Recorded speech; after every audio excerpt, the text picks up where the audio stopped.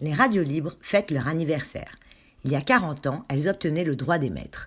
L'occasion de revenir sur l'histoire et le droit de la bande FM.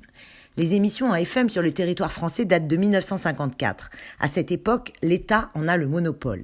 Les premiers programmes à proprement parler sont émis fin mars 1954, sous le contrôle d'une société nationale gérant l'audiovisuel, la RTF. Dès l'année suivante, on peut entendre sur ce programme la première de l'émission Le Masque et la Plume. Il s'agit d'une émission culturelle de théâtre et de littérature qui connaîtra un grand succès.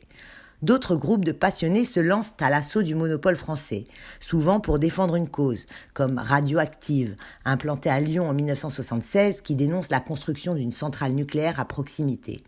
Ces radios émettent à faible puissance, sur des fréquences libres. Cependant, elles sont qualifiées de pirates, et les autorités tentent de les brouiller. Il devient de plus en plus facile d'obtenir un émetteur FM, ceci étant de petite taille et de coût modeste.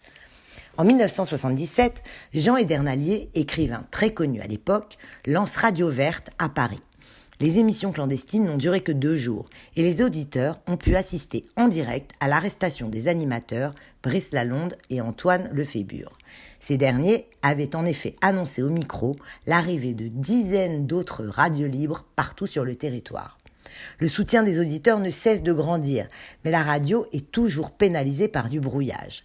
Le phénomène des radios clandestines prend alors de l'ampleur, à tel point que les hommes politiques s'en mêlent.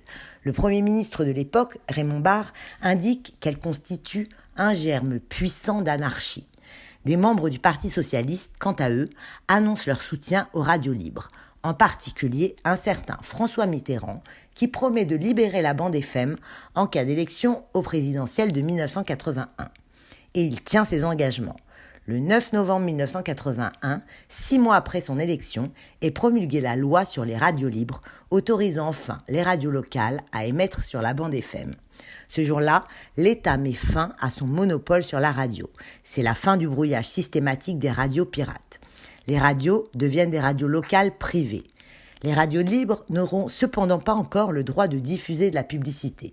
Mais c'est un moment historique pour les ex-pirates des ondes qui peuvent sortir de la clandestinité, comme la radio Énergie par exemple. La libération des ondes provoque alors une explosion des nouvelles stations. La bande FM se retrouve totalement engorgée, les radios se brouillent les unes les autres. Dans l'effervescence de la libéralisation, près de 2000 radios sont recensées en à peine un an. La plupart ont disparu quelques années plus tard.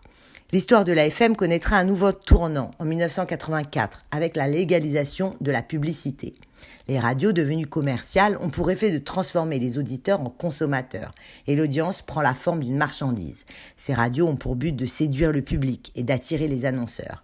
Afin de limiter les pratiques déloyales, le gouvernement fonde alors en 1989 le CSA, le Conseil supérieur de l'audiovisuel, qui a notamment pour mission de surveiller le contenu des émissions. Il peut adresser des mises en demeure ou des sanctions pouvant aller jusqu'à l'interdiction d'émettre. Les radios libres sont à présent classées par catégorie avec leurs obligations respectives. Elles bénéficient d'une très grande liberté de ton et nous leur souhaitons longue vie, surtout à Radio RCJ.